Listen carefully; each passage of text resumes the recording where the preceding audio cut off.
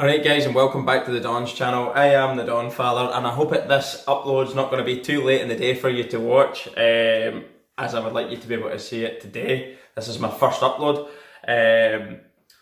Basically, this is going to help, this video that we're going to be reacting to is going to help for when my family visits Malaysia. We'd like to know the correct etiquette to use in our time there spent visiting the country. So this video that we're reacting to is entitled 10 Must Not Do's in Malaysia, and credit for this video goes to Felicia Zoe with 18,000 subscribers. So if you like this video, check out our channel guys and subscribe. No more talking then, let's see the 10 things you mustn't do in Malaysia. Let's go. Hi guys, I'm Felicia from Malaysia. That rhymes. Thinking of coming to Malaysia, or do you have an idea of how is it like in Malaysia, like the culture and what not to do? Since I'm a Malaysian, here are some things and tips that I think that you should not do. 10 things you should not do in Malaysia. No. Public show of affection, I'm guessing.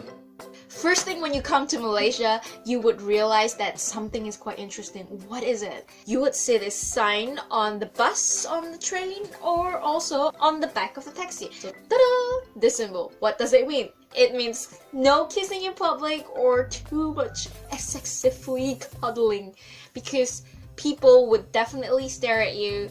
Well, not me, but there are some people out there that would stare like crazy. First and foremost, you must know that Malaysia is a Muslim country.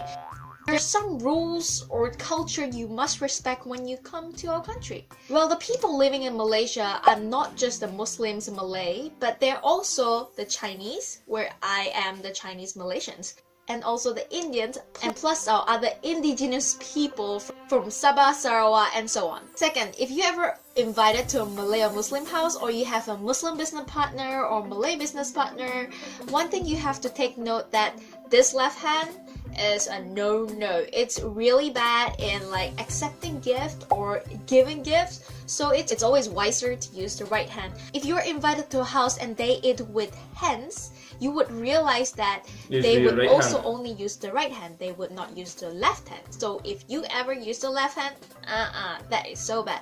You know what? We are not so mean. We would just go like, he's new, he's not Malaysian, that's alright. But isn't it better to know it now than later? Plus, knowing this would kind of impress them. Let me tell you a secret. Why don't they eat with this left hand? Well, according to school, we learned they don't eat with the left hand because they believe the left hand is to wash your ass. So, no eating with the left hand, no receiving gifts with the left hand. I know this anyway, I didn't want to say it. Do you take note of the gestures in Malaysia? In France, when you greet somebody, you go kiss the cheeks. Mwah, mwah. However, especially with the opposite sex, the Muslim people, which are really the holy kind of people, even shaking hands with an opposite sex would consider not a good sign. Do remember, with the opposite gender, you have to make sure they offer their hands to shake first before you shake their hands. Well, is that a female or a male? Learned when we were young. Do you wait on the male or It's very rude to point your fingers like this. And I do sometimes feel really bad pointing fingers like that, because in school or my parents, sometimes they would tell us, please don't point your finger like this. It's very rude. For them, it's best to point the finger with the thumb. This way, this way, this way, this way. So where point to go? thumbs? This way, this way. If you want to give a direction, most of the people would just do this. That way, that way. You first, you first. They don't go there. Pointing fingers. It looks like a demand, doesn't it? I don't know. Telling you what to do. It's the finger problem. Another gesture is do not touch the head. The head is like holy. You know, when I was studying in school, we have also Muslim friends as well, so they would be really pissed off if we ever touch the head or put something or put our hands like above the head. It will annoy them so badly. It is some kind of thing that we don't do ever to them, and it's best not to stir up someone's anger. Fourth, I know it's summer, it's so warm and humid in Malaysia. Wearing bikini or super sexy outfits in the street would definitely get you lots of stares. I mean, even without the sexy outfit, you will get a lot of stares too, but plus a super sexy outfit would get some verbal sexual harassment. So if you don't want to get the horrible verbal sexual harassment, just cover yourself. Unless you're going for a party, I think party areas no one really bother.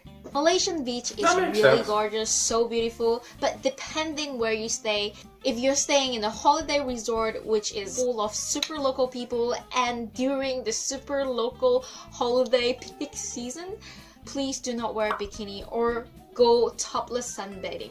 So far, all this would get you lots of stares and not good stares. It's not like something bad thing would happen, but it's just that, you know, some people just can't accept it. It's just a precaution you have to take in mind depending on which hotel you stay or which island you stay. And be Quite interesting aware stuff. of the people around you, what kind of people. If they are mostly foreigners or Caucasians, then go wear a bikini. But Oh, but please don't be like in Gran Canaria. People go topless. Like that was a culture shock for me when I saw topless people in Gran Canaria, and also on the naked beach in Oslo. this is quite common in Malaysia and also parts of the Asian country that we do not wear shoes in the house. Okay, probably some people Yeah. they do wear, but one thing you have to remember, especially in the We don't mosque wear or the shoes in my Holy house either. temple, Indian Find it temple, quite dirty. they always go barefooted. So if you wanna go to all these places, just remember to get a cheap slipper, because in case you wouldn't lost your slipper or expensive shoes where you left it just outside there, because there is no security or locker for you to lock your expensive shoe wear. 6.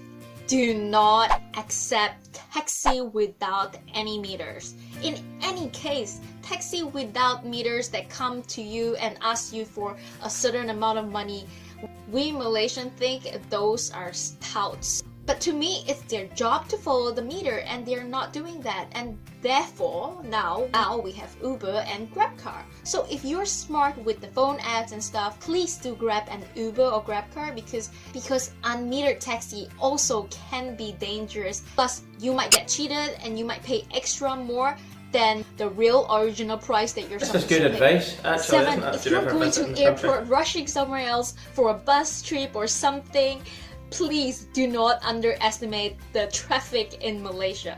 Kuala Lumpur especially.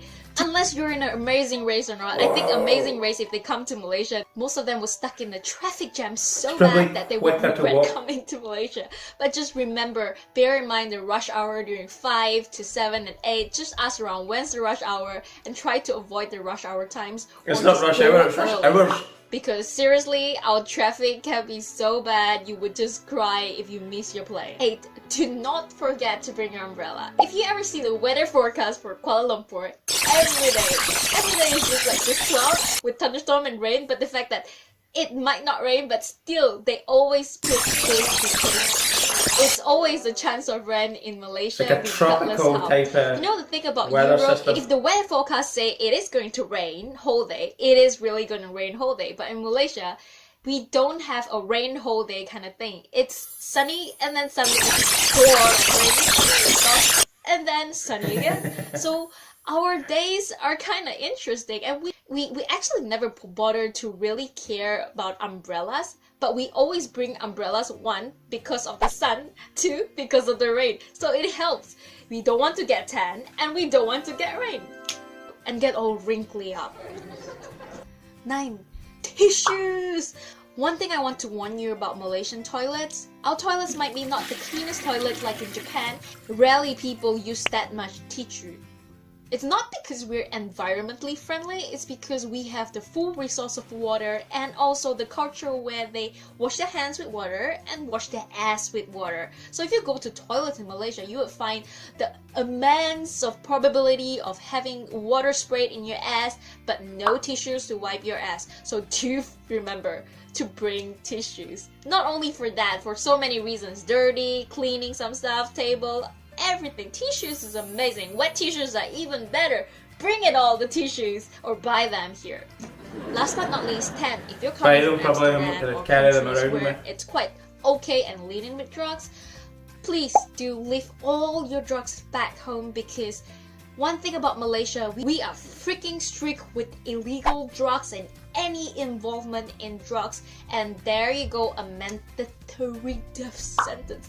Mandatory death sentence, like really, you're gonna die in Malaysia if you're caught with drugs. So please leave all these drugs back home or wherever. Just try not to get yourself in Malaysia. Bottom line, Malaysia is a beautiful country, beautiful culture, beautiful food, and this 10 things not to do would not be a huge obstacle for you not to come to Malaysia. It would be a great reason for you to understand our culture and also try to stay out of trouble. So if you're curious what's awesome about Malaysia, do check out my video about reasons to stay in Malaysia, or what I love about Malaysia so much that you would like it too. Thanks for watching and welcome to Malaysia. Selamat datang ke Malaysia. Bye bye. Lovely video, Felicia Zoe. Check her out, guys, and subscribe. Really enjoyed that. There was a few things I kind of already knew before I watched the video, with certain things like public shows of affection. I know that that's not something that's going to be done in a country like Malaysia. Shaking hands with the left hand or eating with the left hand, etc., because of what you use your left hand for. Pointing is another thing I was already aware of. You never point, but pointing's rude in every culture, not just of a country with an Islamic sort of dominant religion there, where pointing is culturally not accepted, but pointing is just downright rude anyway. You wouldn't point at somebody. I suppose we would point directions, or go over there. In the UK, you could go over there, but to point at someone is rude anyway. No shoes in houses. We don't wear our shoes in the house. I find it quite dirty. You're walking down a dirty street and then you come into your house, you're trailing muck into your house. It's just not something I do. I don't like it. You want to keep your house clean and free of bacteria and germs. Take your shoes off. But loads of good, interesting things. The one thing that really got me thinking was the traffic. I've never actually seen as much traffic, and I know in Southeast Asia the traffic can be quite bad. I've seen other cities where there's a problem like this, so do allow plenty of time if you travel. Depending on the distance from Kuala Lumpur city centre to the airport, would it be quicker to take other methods of transport than a motor vehicle? I'm not too sure, but if you're travelling with a big bag, you're probably not going to be able to travel too far anyway, are you? You're going to have to take public transport. Maybe a train, I'm not too sure. Would that be the fastest way to travel? Please leave a comment in the section below about that, guys. The rain thing, it's quite a tropical type of humidity in Malaysia as well, because they're quite near the equator and there's a lot of rainforest in Malaysia. So that comes with the territory. I know it's a very hot and sunny place, but there's always the risk of an instantaneous downpour out of nowhere, which I understood anyway. You could imagine that would happen. So bring either an umbrella or lightweight waterproof just for that downpour, and then take it back off again or close up your umbrella, and you'll be fine. So there's things, 10 things, obviously within the sort of the clothing side of things on the beach, I would have been aware of anyway, with like the cultural thing with Malaysia and other sort of countries like it within that region of the world. You're not going to be stripping off too much in public areas or on beaches. Go to beaches where this is probably more likely to happen and out of the public eye of sort of local people. If you want to do that sort of thing. And also she says it's okay in sort of the nightlife sorts of places, nightclubs, etc. You kind of are expecting to see these sorts of things anyway, so keep it to the places that are more respectful for the people from Malaysia and you should be fine. Great video, really interesting. I actually surprisingly knew quite a lot already without actually having to watch the video, but for someone who knows nothing about Malaysia or that kind of way of life that they have over there, being mostly a predominantly Muslim country, if you don't really know the way they do things, I hope that's educated you a little bit if you're planning a trip to Malaysia or Southeast Asia. I hope that will help you understand the kind of do's and don'ts. It's not that you don't do it, it's have some respect, have some manners about you, and cover up in certain areas, and enjoy your trip. And that's what I'm planning on doing, enjoying my trip, and any little bit of help that we can get along the way I'll be extremely grateful for. I really enjoyed the video. If anybody's got anything else they'd like to see me reacting to, please feel free to drop a comment in the section below. And don't forget, guys, subscribe to the Don's channel and put the bell on as well, and that'll alert you to any videos that we release on our channel. Thanks again for watching. I am the Donfather. Peace and goodbye.